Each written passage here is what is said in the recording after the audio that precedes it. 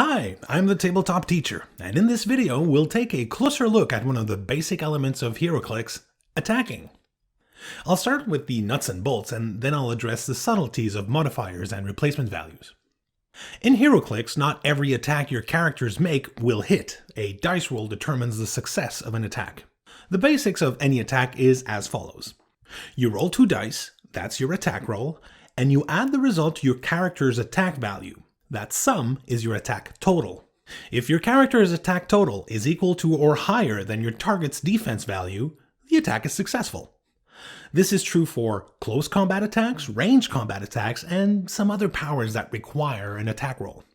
If you roll double sixes, that's an automatic hit. It's a critical hit, actually.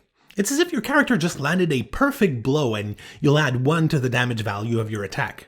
Unless we're talking about an attack that doesn't deal damage, like mind control, for instance.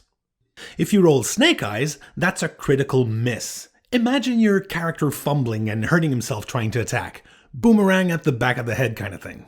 He'll be dealt 1 click of unavoidable damage. Ouch. Same thing goes here for attacks that do not deal damage. Keeping the same example, your character would not get hurt with a critical miss of mind control. No splitting headache or anything. When you're assembling your force, it's a good idea to take a look at your character's attack values. If they're on the low side, you might have trouble hitting your opponents. This is not a problem when you're considering a character that's essentially going to support the others. But you are going to need some characters that can deal damage to your opponents, and you'll want those to be able to hit more often than not. The higher the attack value, the better. The majority of characters start the game with an attack value that's in the 9 to 11 range. 12 is very high. You'll find this on the first click of characters known for their precision or mastery of martial arts. An attack value of 7 or 8 on the first click is often what you'll find for standard human characters that haven't been trained for combat. J. Jonah Jameson is better at punch lines than punches. There are higher and lower values, but you'd be most likely looking at extremely costly characters like Necron or small animals and figures that were created a long time ago. A character's attack value usually goes down as the click number gets higher on the dial. This represents fatigue, wounds making it hard to concentrate, blurred vision, what have you. Sometimes the value goes up after a few clicks. It's what you'd expect from characters that get their powers from anger or damage like the Hulk or twisted logic like Bizarro Flash. Since other characters' defense values are likely to go down as the game progresses, these reverse logic characters can be very powerful at later stages of the game. There are all sorts of powers and game situations that can affect the attack values of your characters, and or your target's defense values. So it's a good idea to consider these powers along with the attack value of each of your characters. Take Hawkman, for instance.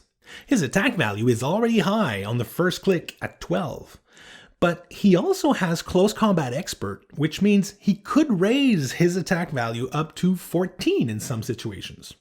Now, on targets with a defense value of 16 or 17, which is very common, this means Hawkman would be sure to hit on every roll apart from a critical miss.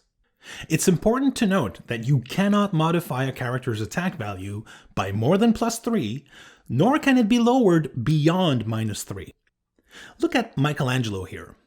Thanks to Leatherhead's special trait, being adjacent to Leatherhead modifies Michelangelo's attack value by +1. Being adjacent to Splinter also modifies his attack value by +1.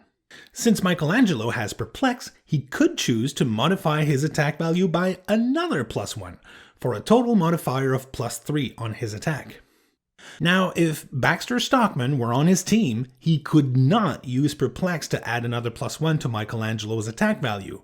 That's the rule of 3. Some characters can replace their attack value by another character's attack value. Combining this ability with other powers that can modify attack value could effectively raise a character's attack value by a lot. Let's look at a Fringe scenario that's never going to happen, but just for the fun of it, and see how far we can push this concept. Let's say Hush is on his last click, and he's adjacent to a friendly Lex Luthor and Joker on their 4th click. Thanks to the Batman Enemy Team ability, Hush can replace his attack value of 7 with the unmodified attack value from the friendly Lex Joker character of 12, effectively raising his attack value by 5. But that's a replacement value, not a modifier, so it's allowed. It's not +5, it's a 7 that's being replaced by a 12. Now on top of that, you could have friendly characters with Perplex that could together modify Hush's new attack value by +3. His attack value, originally of 7 replaced by a 12, with a +3 modifier is now 15 and respects the rule of 3. That's nuts! It's highly unlikely to ever happen in a game, but I hope it clearly illustrates how you can combine replacement values and modifiers. Did you ever play a crazy combo that dramatically raised your attack value? Share your strategies in the comments below. Don't forget to like this video, subscribe to the Tabletop Teacher, and as always, thanks for playing with me.